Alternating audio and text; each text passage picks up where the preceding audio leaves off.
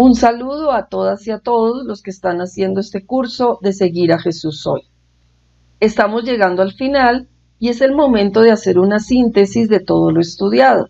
Aquello que ustedes vieron de reinado de Dios, de parábolas, de milagros, de seguimiento, de discipulado, ahora lo retomamos, pero preguntándonos desde el punto de vista de las mujeres. Algunos y algunas preguntarán, ¿y por qué esta explicitación del tema de las mujeres? Porque ahora siempre queremos destacarlas. Pues la razón es obvia. Hemos vivido en una sociedad patriarcal donde la mujer ha ocupado un segundo lugar, donde lo que ha sido más valorado es lo masculino, donde lo que tiene como preeminencia es lo masculino y lo que realiza el varón. Sí, se ha reconocido lo que hace la mujer en algunos ámbitos, pero no ocupa ese lugar primero y definitivo en la mayoría de las sociedades. Se ha ido cambiando, pero es un cambio que ha sido lento y que todavía hoy sigue costando. Los derechos civiles, por ejemplo, el derecho al voto, se empezó a conseguir a partir de los inicios del siglo XX y otros derechos pues todavía están en mora de ser plenamente reconocidos. Existen muchos techos de cristal, eso quiere decir, o sea, lugares que solo son ocupados por varones y a los que todavía solamente llega 1, 2, 10 mujeres, pero no la mayoría. En la política, pues la mayoría siguen siendo varones a nivel mundial. En la teología, vamos aumentando las mujeres, pero todavía el mayor número son varones, y en muchas otras profesiones. Y aunque en algunas profesiones las mujeres ya han tomado un lugar mucho más significativo, a veces se les paga menos salario que a los varones ejerciendo el mismo rol. En fin, toda esta sociedad patriarcal se expresa también en el lenguaje. El lenguaje masculino es el que más usamos y cuando queremos introducir una palabra en femenino, se pone a veces en duda. ¿Será que sí es una palabra correcta? ¿Será que sí está aprobada por la Real Academia de la Lengua? En fin, pero todo el trabajo ha sido lo que llamamos lenguaje inclusivo. El lenguaje es algo vivo, el lenguaje lo creamos las personas, las culturas. Entonces ahora que nos damos cuenta de la invisibilidad que hemos tenido las mujeres, usar el lenguaje femenino nos ayuda a hacernos visibles. El lenguaje crea realidad, y eso no lo dicen las feministas, lo dicen las ciencias del lenguaje. Entonces por eso es tan importante abrir horizontes de cambios a este nivel de una sociedad patriarcal. Elizabeth Schüler-Fiorenza usa una palabra que se llama quiriarcado. Ella es una biblista y usa esta palabra quiriarcado para hacer caer en cuenta que no es que todos los varones son los que oprimen a todas las mujeres, sino es la estructura en masculino, la estructura del amo, señor, blanco, heterosexual, etcétera, occidental. Es esa estructura quiriarcal del amo, del señor, la que ejercida, bien sea por varones o por mujeres, oprime a los que están por debajo de ese nivel de mando y de decisión. Esto ayuda a comprender, porque a veces los varones dicen, pero ¿por qué? Nosotros parece que tenemos la culpa de todo. No, la estructura quiriarcal ejercida por varones y mujeres. Solo que históricamente esta estructura ha sido mucho más ejercida por varones que por mujeres. En fin, ¿por qué esta sociedad ha sido así patriarcal y porque todavía, o quiriarcal, y porque todavía tenemos mucho que cambiar? Nos hacemos también la pregunta, ¿y la religión, las iglesias, qué tanto han influido en mantener este lugar secundario a la mujer? ¿O qué tanto están favoreciendo que haya esta recuperación de su dignidad y que alcancen todos los derechos que les son propios? Por eso la importancia de destacar este tema de Jesús y las mujeres. Ahora bien, este no es un tema solo para mujeres. Algunos de los varones que están haciendo el curso de pronto dicen, bueno, yo voy a obviar esta unidad porque eso es que las mujeres vean qué es lo que dicen sobre ellas. No, justamente por lo que acabo de explicar, la estructura quiriarcal la hemos vivido todos y todas, y la tenemos que cambiar entre todos. Entonces casi que los varones, que justamente son los que en mayoría han estado inmersos en esta estructura, en los poderes de mando, tienen que cambiar su manera de ver el mundo, su manera de ver a las mujeres y su manera de verse a sí mismos para poder romper este tipo de jerarquización, de estructura, de patriarcalismo. Es un tema que nos implica a todos y todas y debemos dejar como esos prejuicios y con todo el interés pues adentrarnos en estas temáticas para responder a ellas. O sea, son desafíos de la sociedad, son desafíos de la Iglesia y a todos y todas nos corresponde comprometernos en su transformación. ¿Qué podemos decir más pues entonces de esta temática para introducirnos ya propiamente en los textos? Otra cosa a tener en cuenta, no vayamos a caer en un antijudaísmo, un antisemitismo, creyendo que es que en la sociedad judía allí sí que existía la opresión de la mujer y que nosotros los cristianos somos los que hemos traído la liberación de la mujer. No, en todas las religiones y en todas las sociedades se ha dado esta situación y en todas las religiones y en todas las sociedades estamos haciendo este esfuerzo por cambiarlo. También entre los judíos hay algunos grupos que han hecho este cambio. Hoy en día, por ejemplo, encontramos en algunas sinagogas rabinas, o sea, que dirigen allí la lectura del texto sagrado, como también en nuestra Iglesia Católica y en las iglesias cristianas hay grupos mucho más abiertos que realmente están favoreciendo esa participación de la mujer, pero también hay grupos cerrados que se empeñan en mantener las cosas como siempre fueron, negando algo que es tan obvio como que la dignidad de varones y mujeres tiene que ir en igualdad de condiciones para ser seres humanos, para ser seres cristianos, o sea, para vivir una religión que de verdad favorezca a toda la humanidad. Otro presupuesto para acercarnos a esto, los textos bíblicos siempre se miran desde una perspectiva. El método latinoamericano se propone como texto, contexto, pretexto, o sea, siempre estamos en un contexto, al texto bíblico nos tenemos que acercar para entenderlo, para ver cómo se formó, qué lenguaje, qué género literario, etcétera, pero en todo texto bíblico también tenemos una intencionalidad. Son las preguntas que le hacemos, son lo que nos acercamos al texto para decir qué puede decir este texto a la realidad actual que vivimos. Aquí es donde hablamos de las diferentes hermenéuticas y para el tema que nos ocupa viene la hermenéutica feminista.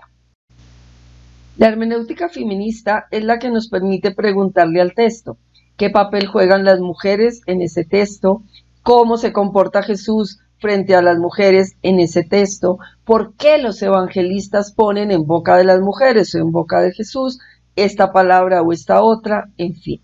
Esta hermenéutica es la que nos permite descubrir estas otras miradas que enriquecen la vida humana y la vida cristiana. La hermenéutica feminista lógicamente parte también de entender, bueno, cómo era el contexto de las mujeres en el tiempo de Jesús. Pues ya hemos dicho lo de la sociedad patriarcal, pero como para decir dos cositas claras. Una, la mujer era propiedad del marido, del padre, y luego del marido, sin lugar a dudas. O sea, ya cuando el padre casa a sus hijas, pasa a ser propiedad del marido. La mujer es valiosa en cuanto tiene hijos, porque son los descendientes del pueblo de Israel, pero la mujer no está llamada a participar ni de las visitas al templo, ni de la sinagoga, o sea, no está obligada, puede hacerlo, pero en según qué momentos. Pero no está obligada porque el rito que introduce a los miembros del pueblo de Israel es el rito de la circuncisión. Lógicamente la mujer no lo puede realizar. Además, hay un aspecto que juega mucho en el pueblo judío y es el honor de la familia. Entre ese honor está el honor sexual. Entonces, el hecho de que la mujer pierda la virginidad, no importa lo que le pasa a ella en estricto sentido, sino lo que le pasó a la familia, pierde el honor. Y perder el honor en aquel tiempo, pues es absolutamente importante para las familias. Con lo cual, por eso hay que cuidar tanto a las mujeres para que no pierdan el honor. Ella tiene la responsabilidad de cuidarse y en caso de que ella no ponga todo de su parte, pues por eso es repudiada, no interesa que sea de la familia, porque lo que hay que salvar es el honor. Además, la mujer tiene, por su biología, una realidad que la hace impura durante varias épocas de su vida. El flujo de sangre se considera impureza y entonces la mujer, bien sea porque tiene la menstruación o porque da a luz y tiene que guardar 40 días si es un varón, 80 días si es una mujer, tiene muchas circunstancias en las que no puede mantener esta pureza ritual. Todo esto nos lleva a ver que la situación de la mujer en tiempo de Jesús es difícil, es complicada y ocupa este segundo lugar. Ahora bien, ¿cómo se relaciona Jesús con las mujeres según los evangelistas? Es interesante ver que en todos los evangelios sí hay esta relación de Jesús con las mujeres. Esto ya nos sirve de criterio para entender si aparecen estos relatos es porque fue muy verdadero el que Jesús tuvo esta relación con las mujeres. ¿Esto de dónde lo sacamos? Últimamente se ha trabajado lo que se ha llamado las búsquedas del Jesús histórico, que quiere decir que se buscan criterios para ver de aquello que nos relatan los evangelios, qué será plausible que haya sido histórico, que realmente haya pasado así. Bueno, entre todos los criterios que se dicen es, si los evangelistas todos atestiguan un hecho, pues es muy seguro que pasó. Otra cosa, si relatan un hecho que desprestigiaría al héroe, o sea, a Jesús en este caso, pues es porque tuvo que pasar. O si no, no tenían necesidad de colocarlo en la Sagrada Escritura, le quitaría fama. En el tiempo de Jesús, el que un varón se relacione de esa manera con las mujeres, de una manera tan cercana, tan distinto a cómo es esta sociedad, le quitaría fama a Jesús. Con lo cual, puede ser un criterio para decir muchas de esas cosas debieron pasar, o si no, los evangelistas no la hubieran puesto. ¿Qué podemos decir de Jesús según los evangelios? Primero, Jesús realmente ayuda a valorar la mujer en esa sociedad. Textos como, por ejemplo, yo les digo que el que ya mire con deseo a una mujer ya comete adulterio, pues sin lugar a dudas están favoreciendo una visión distinta sobre la mujer en ese contexto. También cuando le preguntan a Jesús si un marido puede repudiar a su mujer, y él dice, no, es que lo que ha unido Dios no lo puede separar el hombre. En realidad es una manera de valorar a la mujer. Ahí Jesús no está hablando de la indisolubilidad del matrimonio tal como la entendemos hoy. Jesús está contestando a una pregunta del repudio que podían hacer los judíos a su esposa por cualquier detalle. Si quemaba la comida o si simplemente no le gustaba. Entonces Jesús lo que está haciendo es defender a la mujer diciendo, no, es que no se puede repudiar por cualquier cosa, es que esta unión tiene que ser estable. Y el texto de la mujer adúltera, por ejemplo, es pues supremamente claro, ¿no? Jesús no condena a la mujer, Jesús le hace caer en cuenta a la multitud que está allí, que por qué el apedrear a aquella mujer cuando el pecado es de absolutamente todos en ese momento. O sea, quien esté libre de pecado, que tire la primera piedra. Estos relatos, lógicamente, no hay que tomarlos al pie de la letra como ningún texto del Evangelio, sino que la pregunta es, ¿qué quisieron decir los evangelistas cuando colocan esto en boca de Jesús o en boca de otros oyentes? Pero lo que interesa aquí es destacar cómo Jesús, con esas actitudes, está defendiendo a la mujer en ese contexto. Otros textos también nos pueden llevar a hacer pensar lo siguiente. Ese papel tan único de la mujer de ser madre, Jesús lo pone en un segundo lugar. Cuando llegan y le dicen, tu madre y tus hermanos te buscan, el que responde, realmente, ¿quién es mi familia? Los que cumplen la palabra de Dios. O sea que de alguna forma deja de ver como ese único papel de la mujer en su maternidad, sino que introduce esas categorías propias del reino. Lo que nos hace discípulos y discípulas en igualdad de condiciones es esa apertura a la palabra, ese seguimiento de la palabra y no una función biológica que en este caso pues ejercen las mujeres, pero que se sobrevalora tanto que le impide realizar otras dimensiones de su persona y de su realización en la sociedad y en la iglesia. La situación de la mujer de alguna forma se revaloriza, se le puede hacer ver como esta discípula que también escucha la palabra de Dios y la pone en práctica.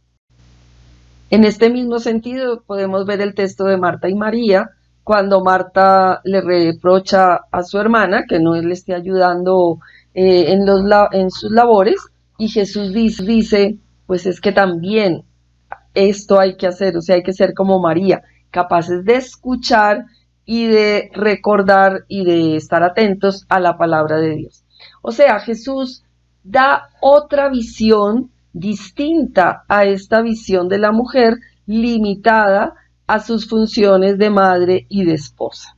Todos estos textos nos están ya poniendo en esta dinámica del reino. En realidad no es que Jesús fuera un feminista y entonces se dedica a las mujeres y por eso les quiere dar otro papel.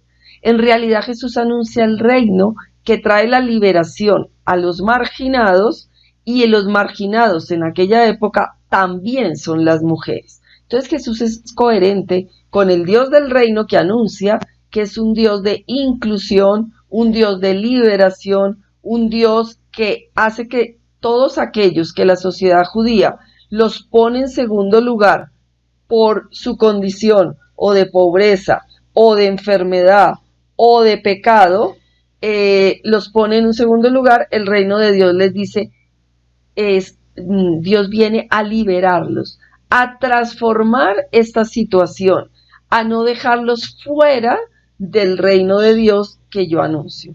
Entonces, en primer lugar, pues Jesús tiene esta relación tan abierta y tan cercana con las mujeres porque ellas forman parte de este gran grupo de excluidos, de marginados del reino de Dios. Pensar en un Jesús que se acerca de esa manera a los excluidos de su tiempo es pensar en un Jesús que quiere transformar las realidades como ellas son. O sea, no deja que las cosas sigan siendo como siempre fueron, sino que se atreve a proponerlas de una manera distinta. Por eso Jesús es profeta de buenas noticias, pero esas buenas noticias molestan a algunos. Eso es lo que sigue aconteciendo en nuestra sociedad patriarcal. Se anuncia la buena noticia de que las mujeres tienen una dignidad igual que los varones y tienen derecho a ejercer todos los roles que la sociedad y la iglesia le ha de brindar a los seres humanos, y lógicamente esto molesta e irrita a muchas personas. Y hay todos estos movimientos que llamamos de involución, donde no se quiere recuperar o no se quiere poner en práctica este mensaje liberador y transformador del reino de Dios. También hay que tener un poquito de cuidado que cuando buscamos estas figuras femeninas en la Sagrada Escritura, no sea para reforzar los roles que tradicionalmente han ocupado las mujeres. Entonces nadie niega, como ya lo dijimos antes, de que le dicen a Jesús que su madre la busca, y él dice, no, los que cumplen la voluntad de Dios son los que están primeros o los que forman parte de esta familia del reino. Nadie niega que son importantes los valores de la mujer como madre, como servidora, como cuidadora, como que sale al paso de las necesidades. Pero no son estos los únicos papeles que las mujeres tienen que cumplir, y además, estos son papeles que también los varones tienen que cumplir. Hoy en día se está recuperando la paternidad. Los jóvenes están viviendo su ser padres con todas las consecuencias. Uno ve que ellos están haciendo cargo de sus hijos, que los cuidan con un amor entrañable, paterno, y que quieren formar de verdad familias y quieren estar mucho más protagonistas, ser mucho más protagonistas de estos roles del cuidado, del servicio, etc. Entonces, yo creo que la dinámica del reino nos tiene que liberar de enclausurar, de encasillar a los varones y a las mujeres en determinados roles, y precisamente invitarnos a todos a ser discípulas y discípulos de Jesús en igualdad de condiciones. Bueno, dejo por aquí este video para poder seguir en otro, profundizando en otros textos que nos muestran cómo Jesús se acerca a las mujeres, que producen las mujeres en Jesús, y cómo se engendra este discipulado de iguales, donde varones y mujeres estamos llamados al seguimiento de Jesús.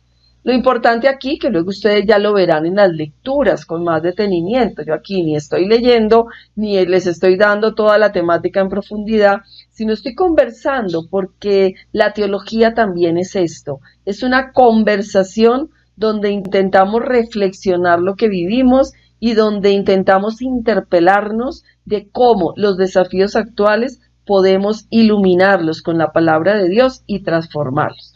Entonces ustedes en las lecturas verán esto que yo estoy diciendo con mucho más detenimiento, con las citas bíblicas adecuadas, pero lo importante es que nos quedara como de fondo Jesús. En el contexto patriarcal, que no solamente vive el pueblo judío, sino que vive toda nuestra sociedad, que ha vivido toda nuestra sociedad, Jesús trae el mensaje del reino, es un mensaje liberador, especialmente para los marginados, que son los que necesitan la liberación.